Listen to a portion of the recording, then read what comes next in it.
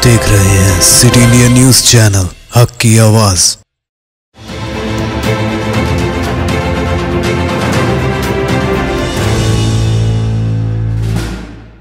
अस्सलामुअलैकुम नाज़रीन, मैं हूं Sheikh Umar. City India news में आप तमाम का इस्तकबाल है। आइए देखते हैं खबर रफ्तार से। दलित गवर्नमेंट एम्प्लॉयज़ भी दलित बंधु के लिए अहल होंगे। रियासत भर में अमल आवारी के लिए 1,70,000 करोड़ खर्च किए जाएंगे। चीफ मिनिस्टर ने किया इसका ऐलान।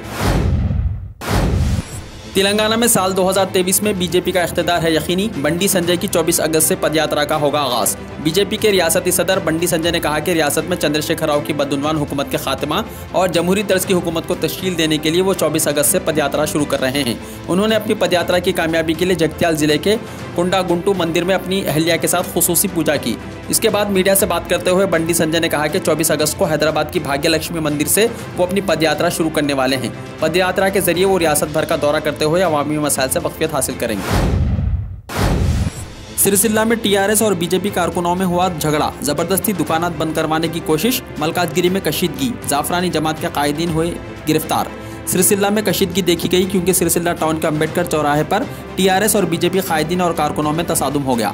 हुजूराबाद में दलित बंधु स्कीम के आगाज़ के पेश नज़र टीआरएस कायदीन की जानिब से जश्न मनाया जा रहा था कि बीजेपी कायदीन वहां टीआरएस के रुकन असम्बली एम हनुमत राव के पुतले के साथ पहुंचे। इस मौके पर दोनों जमातों के कायदीन के दरमियान बहस व तकरार हुई, जिसके नतीजे में इन कारकुनों ने एक दूसरे पर हमला कर दिया। पुलिस, जिसको इस हमले के बारे में इत्तला मिली, वहाँ पहुंची और इन कायदीन और कारकुनों के जज्बात को सर्द करते हुए इन्हें मुंतशिर कर दिया। इसी दौरान मलकाजगिरी में भी कशीदगी देखी गई। बीजेपी ने बंद की अपील की थी। जाफरानी जमात ने टीआरएस कारकुनों की जानिब से इस कॉरपोरेटर हमले की मजम्मत की थी।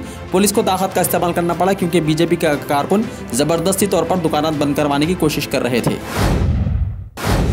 सियासी फायदे के लिए दलित बंधु स्कीम शुरू की गई, सीता अक्का ने दिया बयान। कांग्रेस पार्टी की रुकन असम्बली सीता अक्का ने दावा किया है कि चीफ मिनिस्टर चंद्रशेखर राव ने तेलंगाना में सियासी फायदा हासिल करने के लिए ही दलित बंधु स्कीम मुतारिफ की है। उन्होंने मीडिया से बात करते हुए बात कही। तेलंगाना में सियासी माहौल गर्म हो गया। सीपीआईएम के रियासती सेक्रेटरी टी वीराभद्रम ने कहा कि सियासी सरगर्म मनाजिर के साथ तेलंगाना इंतखाबी मूड में नजर आ रहा है। उन्होंने यादाद्री भोंगिर जिले के गुंडलागुड़म गांव में जलसे से खिताब करते हुए कहा कि रियासत का सियासी माहौल गर्म हो गया है। उन्होंने कहा कि दलित बंधु स्कीम के साथ साथ रियासती हुकूमत को चाहिए कि वो बेघर दलित खानदानों को 3 एकड़ अराजी फराहम करे और 50,000 खाली जायदादों को पुर करने के वादों की तकमील करे।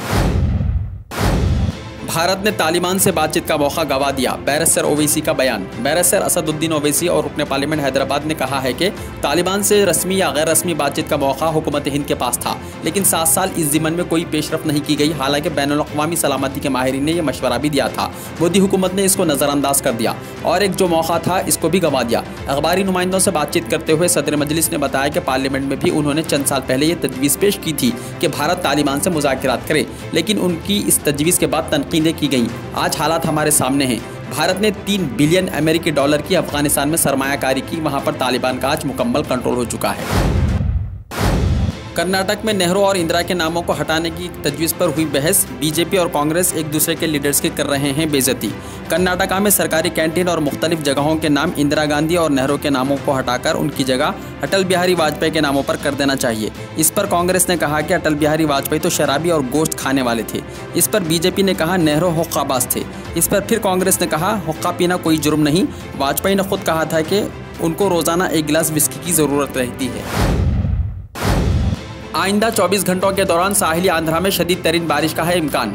Andhra Pradesh state disaster management authority के कमिश्नर केन्ना बाबू ने कहा कि शुमाल मगरिब, खलीज बंगाल और शुमाली आंध्रा और उड़ीसा में आइंदा 24 घंटों के दौरान हवा के कम दबाव के बनने का इम्कान है। इसके ज़ेर असर मंगल को साहिली आंध्र प्रदेश में शदीद बारिश हो सकती है, जबकि बाज़ इलाकों में शदीद तरीन बारिश होगी। उन्होंने कहा कि साहिल पर 50 से 60 किलोमीटर फी घंटे की रफ्तार से तूफानी हवाएं भी चलेंगी और समंदर में तेज़ मौजें भी उठेंगी।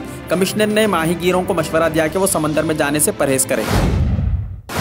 हिमाचल प्रदेश के एक नौजवान के अफगानिस्तान में फंस जाने का खदशा। हिमाचल प्रदेश के चीफ मिनिस्टर जयराम ठाकर ने आज यहां बताया कि अफगानिस्तान में हिमाचल का एक नौजवान फंसा है, जिसे वापस लाने की कोशिश जारी है। उन्होंने सहाफ़ियों को बताया कि अफगानिस्तान में बदले हालात के दरमियान हिमाचल के फंसे लोगों को वापस लाने की पूरी कोशिश की जाएगी।